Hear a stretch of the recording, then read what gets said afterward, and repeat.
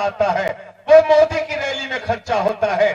लगातार भारतीय जनता पार्टी के खिलाफ, मोदी अमित शाह के खिलाफ, इनकी गुंडागर्दी के खिलाफ, इनकी तानाशाही के खिलाफ, इनकी हिटलरशाही के खिलाफ संसद में भी बोलता हूं, सड़क पे भी बोलता हूं और आपकी सभाओं में भी बोलता हूं। जितनी ताकत है तुम्हारे पास, सबको पकड़ के जेल में डालो।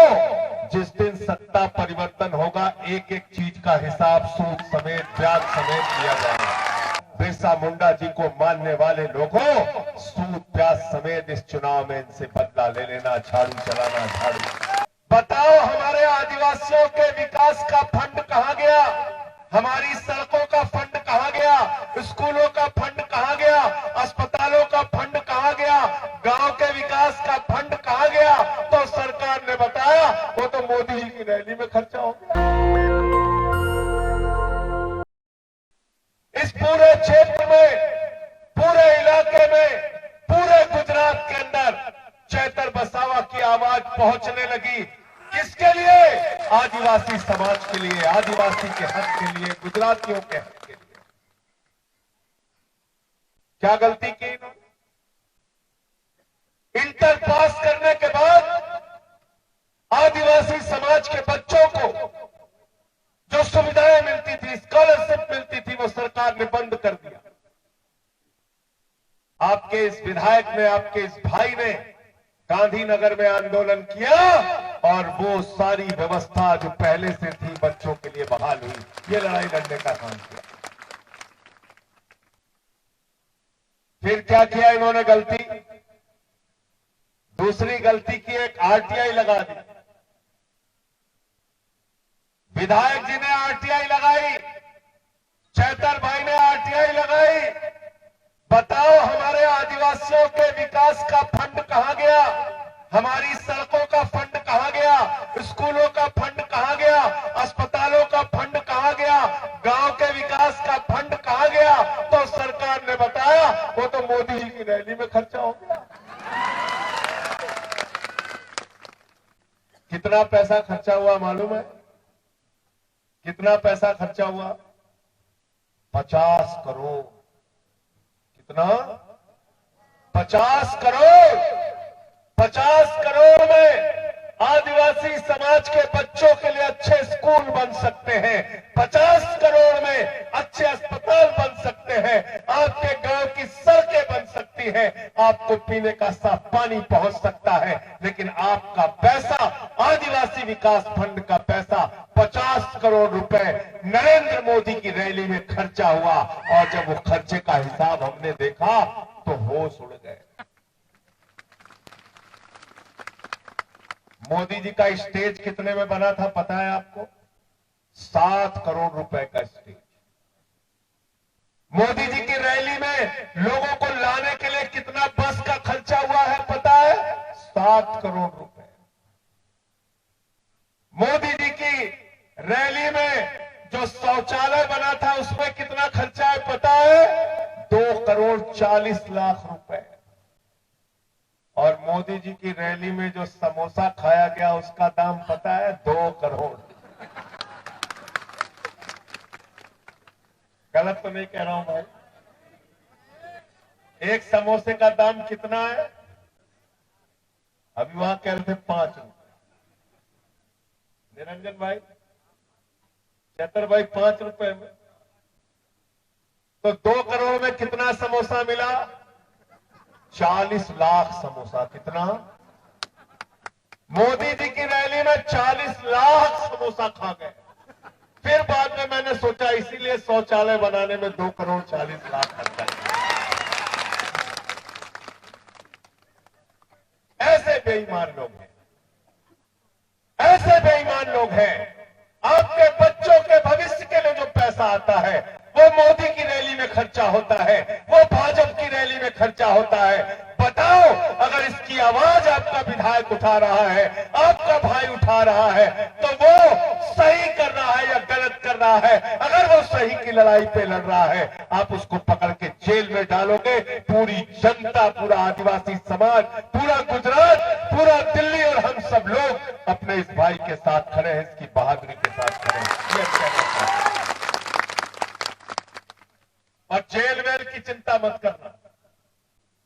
जेल हमने बहुत देखी, बहुत जेल देखी।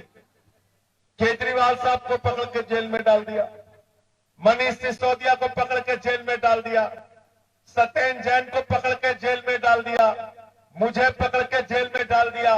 183 दिन जेल में रखा।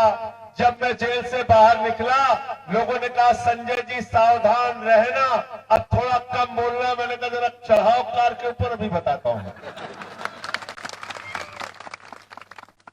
जिस दिन से जेल से बाहर निकला हूं, लगातार भारतीय जनता के पार्टी के खिलाफ, मोदी अमित शाह के खिलाफ, इनकी गुंडागर्दी के खिलाफ, इनकी तानाशाही के खिलाफ, इनकी हिटलरशाही के खिलाफ संसद में भी बोलता हूं, सड़क पे भी बोलता हूं और आपकी सभाओं में भी बोलता हूं। और मैं बीजेपी वालों से कहना चाहता हूं, जितनी ताकत है तुम्हारे पास, सबको पकड़ के जेल में डालो। जिस दिन सत्ता परिवर्तन होगा, एक एक चीज का हिसाब सूद समेत, ब्याज समेत लिया जाएगा। डालो, तुम जेल में डालो। तुमने किसको छोड़ा? ईसुदान गढ़वी को जेल में डाला, गोपाल इटालिया को जेल में डाला, प्रवीण राम को जेल में डाला, हमारे कार्यकर्ताओं को पकड़ पकड़ के जेल में डाला, चैतर बसेवा को 2 बार 3 बार जेल में डाला, और यहां तक कि इनकी पत्नी को भी 3 महीने जेल में रखा, 3 महीने।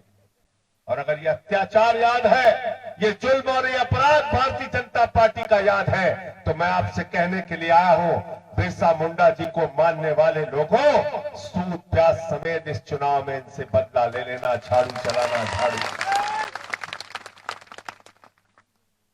क्योंकि हम आपके बच्चों के लिए लड़ाई लड़ रहे हैं, आपके क्षेत्र के विकास के लिए लड़ाई लड़ रहे हैं, इनकी लूट के खिलाफ लड़ाई लड़ रहे हैं।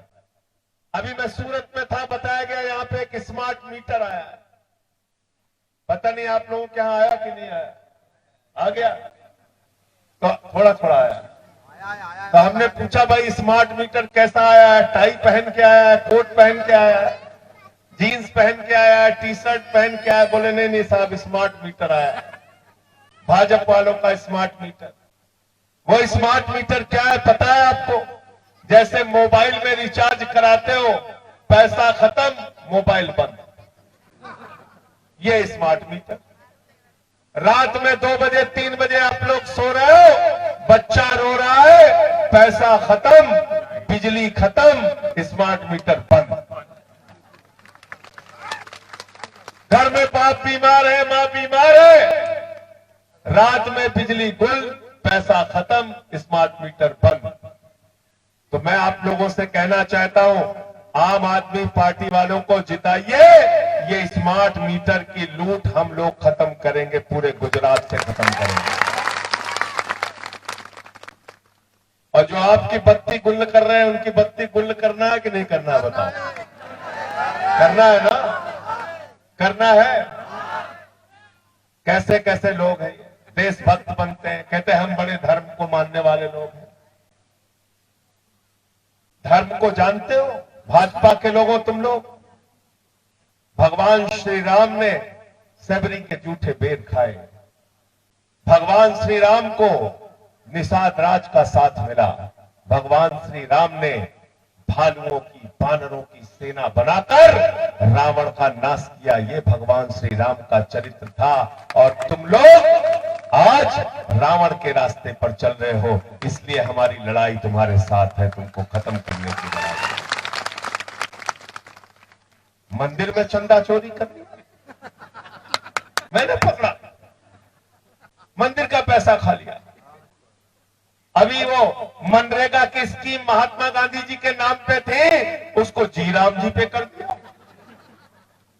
मैंने कहा भाई बेईमानी तुम करोगे, भगवान श्री राम को क्यों बदनाम कर रहे हो? पहले छपता था मनरेगा में भ्रष्टाचार, बीजेपी वालों ने भ्रष्टाचार किया, अब छपेगा जी राम जी में भ्रष्टाचार। तो राम को क्यों बदनाम कर रहे हो? तो मैंने संसद के अंदर भाजपाइयों के लिए कहा, देखो ए दीवानों, ऐसा काम ना करो और राम का नाम बदनाम ना करो। ये चंदा चोरी करने का काम ना करो। भाइयों ने बाद में मुझे जवाब दिया, बोले संजय जी हम लोगों का तो नारा है राम राम जपना पराया माल अपना। ये लूट रहे हैं पूरे देश को धर्म के नाम पे, जाति के नाम पे, लोगों को आपस में लड़ा। क्या है हिंदू धर्म?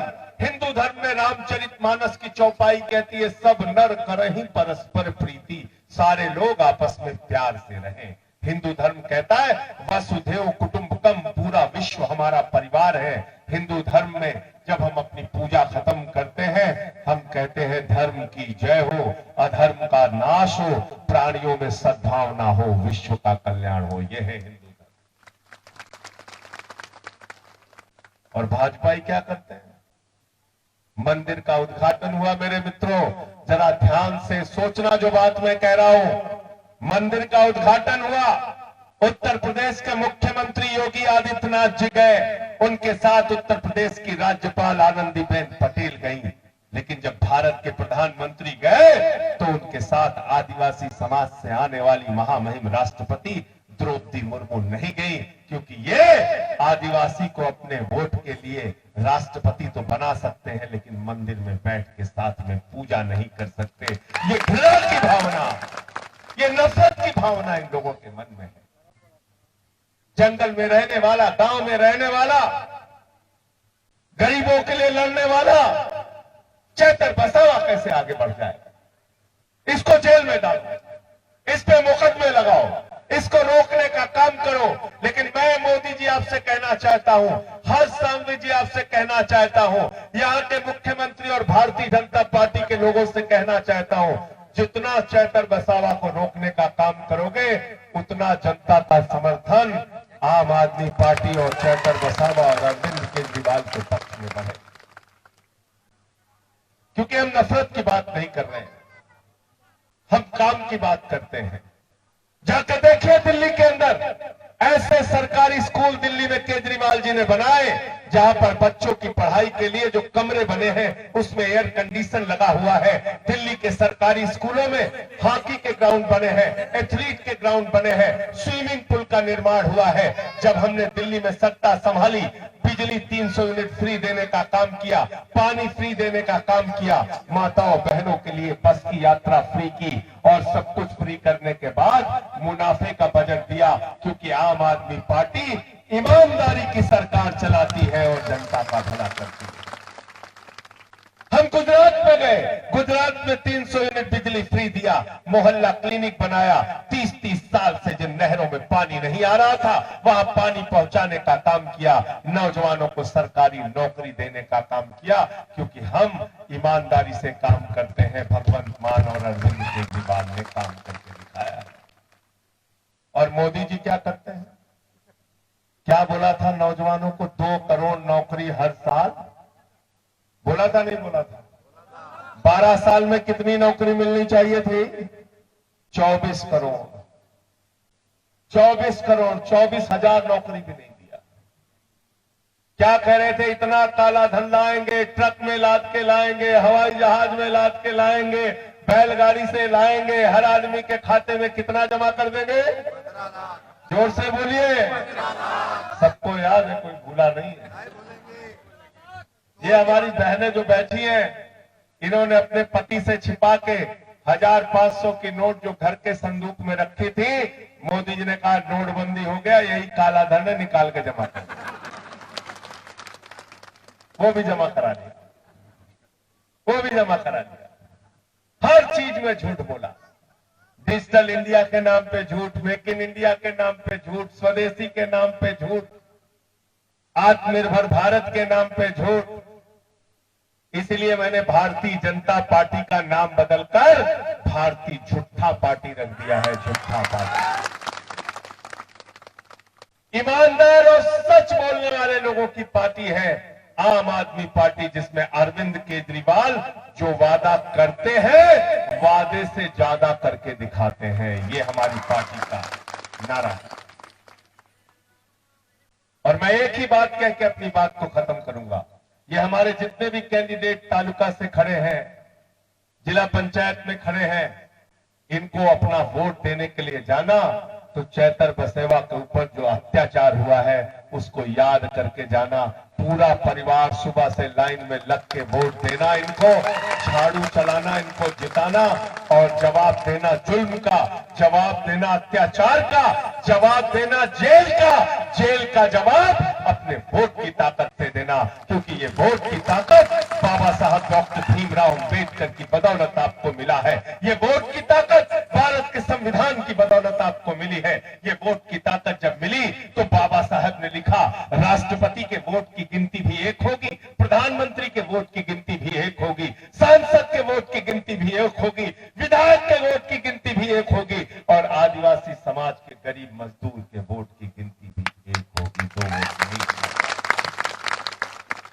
यही तो सबसे बड़ी ताकत है आपके पास, जिसकी बदौलत बड़े से बड़े लोग आपके आगे आके झुकते हैं। और आपका तो चुनाव निशान भी बहुत शानदार है। क्या चुनाव निशान है? क्या है? क्या है? झाड़ू बहुत काम की चीज होती है। घर की सफाई करनी हो तो क्या चाहिए? जोर से बोलिए भाई, पीछे तक आवाज आनी चाहिए। घर की सफाई करनी हो तो क्या चाहिए? गांव की सफाई करनी हो तो क्या चाहिए? और गुजरात की सफाई करनी हो तो क्या चाहिए? और देश की सफाई करनी हो तो क्या चाहिए? और अगर किसी के दिमाग पे भूत सवार हो जाए तो भूत उतारने के लिए क्या चाहिए? देखे हो कि नहीं देखे हो? गांव में किसी को भूत सवार हो जाता है, 4 लोग टांग पकड़ के लेके जाते हैं ओझा के पास। ओझा उसको मार झाड़ू मार झाड़ू मार झाड़ू, उसका भूत उतार देता है। तो भारतीय जनता पार्टी के दिमाग पर सत्ता का जो भूत सवार है वो भूत उतारने का काम झाड़ू मार मार के आप लोगों को करना है। और ये कोई देशभक्त नहीं है, याद रखना, और कोई धर्म को मानने वाले नहीं है। अभी योगी आदित्यनाथ गए थे वहां, कहा? बंगाल में। तो वहां कहने लगे कि स्वामी विवेकानंद ने नारा दिया था, तुम मुझे खून दो मैं तुम्हें आजादी दूंगा। अब जितने पत्रकार हैं वहां हंसने लगे, कहने लगे बाबा जी, नेताजी सुभाष चंद्र बोस का नारा तुमने स्वामी विवेकानंद से कैसे जोड़ दिया? ऐसे देशभक्त हैं। इनसे सावधान रहना, इनसे सावधान रहना और अपने बेटे के साथ कंधे से कंधा मिलाकर चलना, अपने भाई के साथ कंधे से कंधा मिलाकर चलना। केजरीवाल जी के साथ मिलकर गुजरात में एक बड़ा परिवर्तन हम लोग करेंगे और 2027 में इन बेईमानों को यहाँ की सत्ता से हटाने का काम करेंगे। 27 में सत्ता से विदाई करने का काम करेंगे। बहुत बहुत शुक्रिया, बहुत बहुत धन्यवाद। इंकलाब जिंदाबाद, आदिवासी जिंदाबाद, बिरसा मुंडा जी अमर रहे। दस्तक की आपसे गुजारिश है कि अगर इसको बचाना चाहते हैं तो नेशनल दस्तक को सब्सक्राइब करने के लिए रेड कलर के सब्सक्राइब बटन को दबाएं, फिर बेल आइकन की घंटी दबाएं। नेशनल दस्तक को बचाने के लिए बहुत जरूरी है कि हर खबर को शेयर करें, लाइक करें, कमेंट जरूर करें।